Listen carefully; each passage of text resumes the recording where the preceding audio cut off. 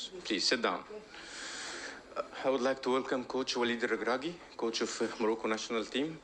Coach, congratulations and your thoughts after this win today.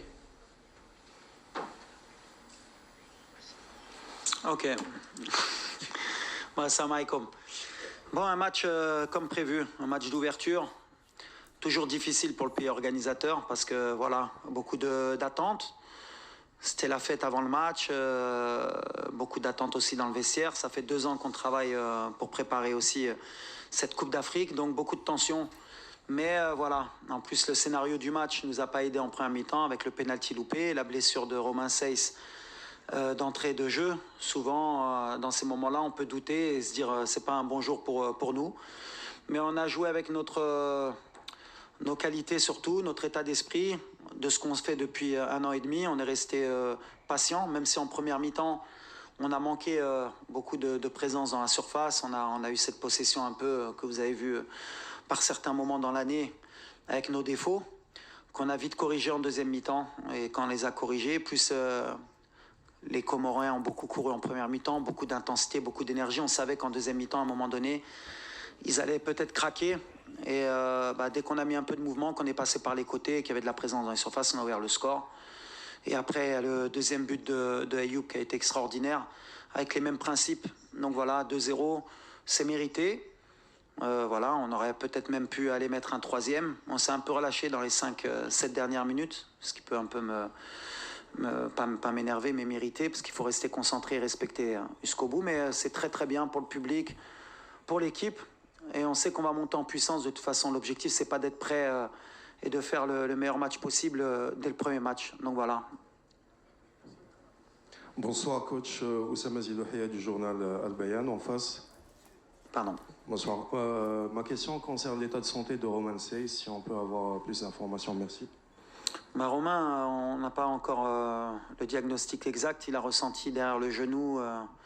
Est-ce que c'est musculaire? Est-ce que c'est autre chose? On va voir. Aujourd'hui, je ne peux pas vous dire s'il est sorti, ce qu'il a vraiment ressenti quelque chose. Donc ça va pas être établi rapidement. On espère que c'est pas grave pour qu'on puisse le récupérer dans la compétition. Parce que voilà, comme je l'ai dit, c'est un joueur d'expérience. Maintenant, voilà, comme j'ai dit, on a un effectif. On a Yamik, on a Massina et on a le petit Aïd Boudlel. Et on savait que de toute façon, si on va aller au bout, on aura besoin de tout le monde. Mais c'est un coup dur pour l'équipe avec Ashraf aussi. On a des joueurs à gérer. Je le sais que c'est une compétition qui est toujours difficile. Il va falloir gérer les absents, il va falloir gérer les blessés. On a l'expérience, voilà. Mais on espère que c'est pas grave pour Romain. Bonsoir coach, félicitations. Salam. Sincèrement, je ne m'attendais pas à voir Soufiane Brahimi débuter le match. C'est un joueur joueur d'espace. On s'attendait bien à que cette équipe de Comores va défendre. Donc, au moment où nous avons inscrit, j'ai dit là, Soufiane, on va retrouver le Soufiane qu'on connaît. Et c'est là que Walid a décidé de le changer. Comme quoi, hein. J'avais une autre lecture du match, moi, au départ. Je voulais un joueur rapide, habile dans la surface, qui puisse aussi combiner, parce qu'on savait qu'ils allaient jouer à 3 derrière. Et dans mon idée, alors peut-être que j'ai eu tort, c'était de mettre un attaquant plus mobile qu'un attaquant fixe pour pas faciliter les défenseurs adverses, comme ils étaient à 3, pour pas qu'ils aient plus de tranquillité. Après, moi, je le vois d'une autre manière. Je le vois que Sofiane, il a travaillé pour l'équipe. Il a fait beaucoup d'appels pour que les 3 centraux, à un moment donné, puissent se fatiguer et pour que Ayoub ou Youssef puissent en profiter. Donc voilà, des fois ça marche, des fois ça marche moins bien, mais voilà, c'est des choix. Mais c'est vrai qu'on a hésité avec le staff au début de match, est-ce que Youssef, Ayoub ou Sofiane, mais moi j'étais parti dans l'idée que Sofiane, avec sa mobilité, avec ses appels de balle, avec qui peut décrocher aussi pour pouvoir se retourner et créer des situations. Il l'a bien fait par moment. Mais après, face à des blocs bas, c'est toujours difficile pour n'importe quel attaquant. L'idée pour nous, en fait, en général, et vous reverrez que c'est ce qu'on dit, en fait, l'attaquant qui débute, en général, il a du mal à marquer. Et celui qui rentre, il marque depuis certains mois. Quand Ayoub, il a commencé, Sofiane rentre, marque. Quand Ayoub commence, Youssef rentre, marque. Si ça reste comme ça et qu'à chaque fois qu'il y en a un qui marque, moi, ça me va. Mais en tout cas, voilà, comme j'ai dit, le plus important, c'est que l'attaquant, il travaille pour l'équipe. On a beaucoup de joueurs qui peuvent marquer, donc c'est le plus important. Mais ta question, elle est très pertinente et elle était dans le doute au début de match. Salut. Go ahead. Oui. Salut, coach Walid. Félicitations pour le match. Merci. J'aimerais revenir sur le penalty, la petite séance qu'il y a eu entre Brahim et Sofiane. J'aimerais savoir si est-ce que tu as prévu une hiérarchie dans les tireurs de penalty ou ça a été selon la confiance du joueur. Non, le tireur officiel, c'est Sofiane. Ensuite, il y a Brahim. Après, comme dans toute équipe, Brahim, il est très motivé pour cette CAN. Et je pense que peut-être il a voulu aussi se rassurer à tirer ce penalty. Mais à la fin, la hiérarchie, elle a été respectée. Mais ça nous arrive de temps en temps qu'il se pose des questions, qui y va, qui y va pas. Donc, mais à l'arrivée, le premier c'est Rahimi, le deuxième c'est Brahim. Et le troisième, je crois que c'est Ounahi. Comme ça, les adversaires, ils le sauront. Question, please. The lady here. Yes.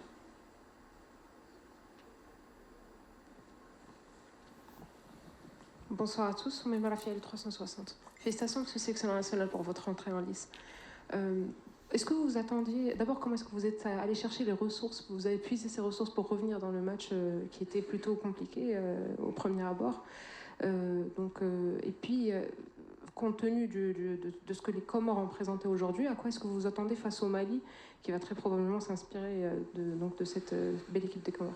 Merci beaucoup et félicitations encore.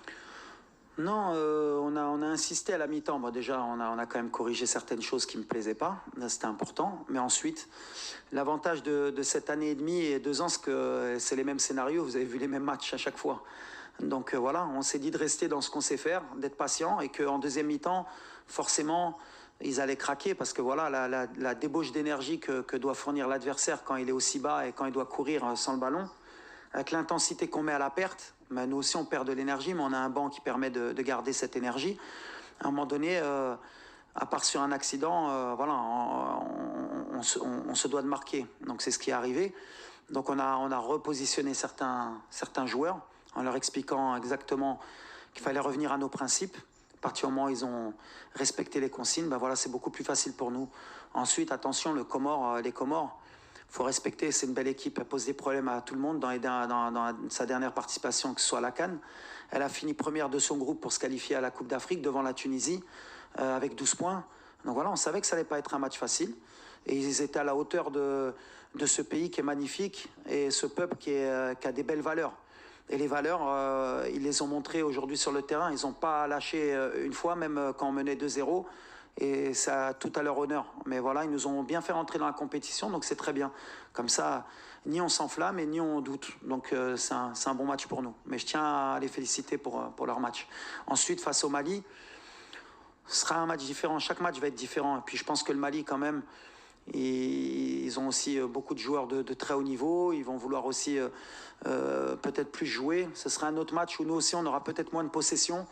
Il faudra aussi s'adapter, on verra aussi la personnalité qu'on a quand on n'a pas le ballon et la rigueur qu'on peut avoir. Mais en tout cas, ça va être aussi un vrai test pour nous, comme pour le Mali. Question here, please. Yeah. Bonjour coach Edov, félicitations.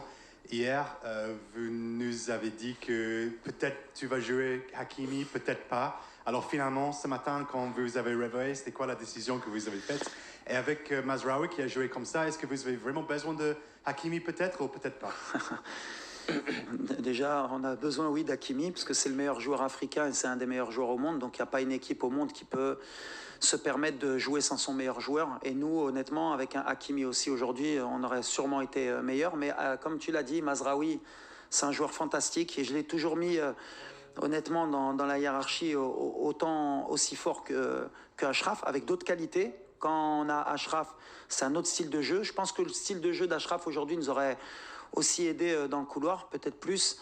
Mais on n'a pas pris de risque, c'est pour répondre à votre question par rapport à Achraf. Voilà, il revient, il est déjà revenu plus vite que prévu. On fait très attention parce qu'on a vraiment envie de le récupérer pour ce tournoi. On n'a pas envie de le récupérer juste pour 20 minutes ou pour un match.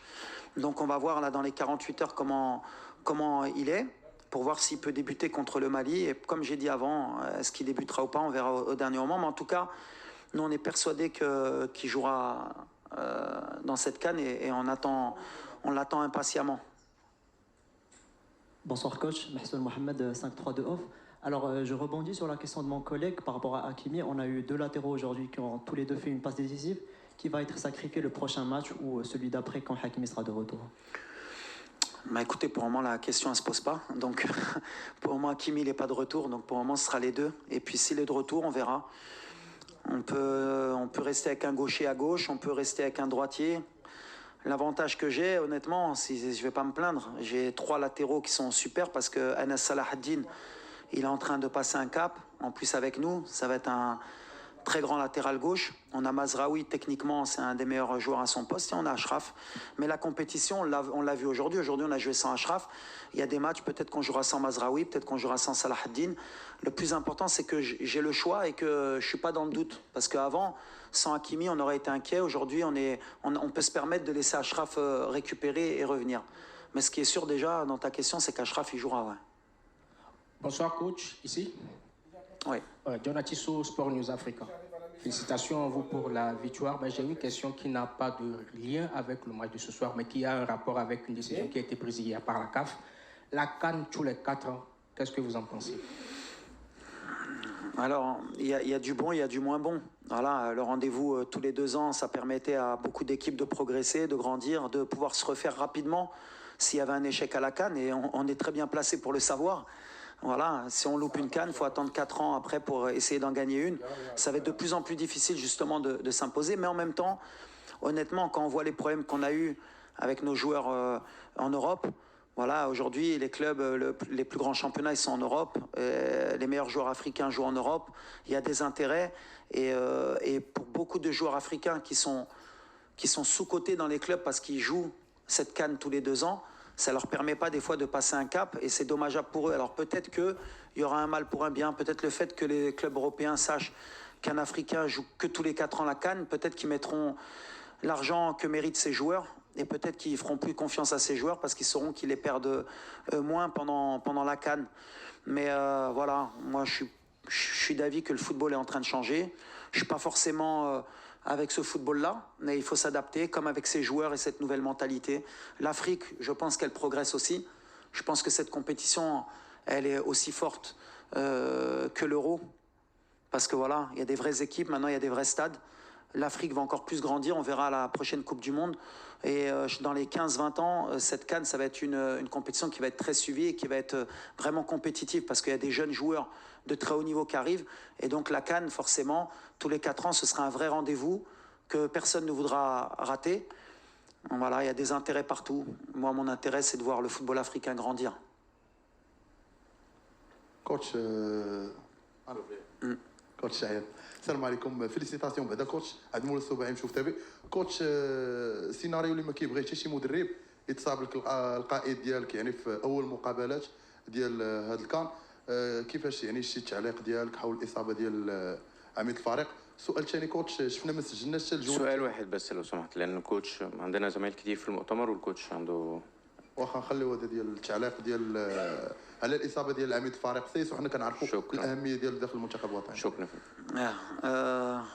بحال اللي قلت لك ملي كتبدا اون كومبيتيسيون ماشي خايف بالحق ديما عندك ديك لا طونسيون ديك تفرح الجمهور وتدخل مزيان في لا كومبيتيسيون بحال اللي قلت لك لو سيناريو ملي كتشوف ان بينالتي في الاول كتزقلو والكابيتان ديالك اللي عاولتي عليه في هاد لا كومبيتيسيون دبليسا تقدر تدخل لك الدوت على هادشي انا فرحان مع هاد الفرقه باسكو واخا هيدا فوالا نايف رجع لبلاصتو ياميك دخل في اليمين بحال اللي ما طرا والو ياسين هز لو كابيتانا اللي كيستاهل وبقينا في لو ستيل اللي نقدر نقول اون با دوتي كنعرفوا باسكو بزاف مرات في لي 18 فيكتوار اللي درنا كونسيكوتيف je sais plus faudrait que je revoie les statistiques شحال ربحناهم في deuxième mi-temps donc voilà on sait qu'on est une équipe en deuxième mi-temps on monte en régime donc voilà maintenant la correction aussi باش نتهنى انا وتا الجمهور يتهنى هي première mi-temps de marquer le plus rapidement possible quand même باش le jeu il soit plus ouvert pour nous.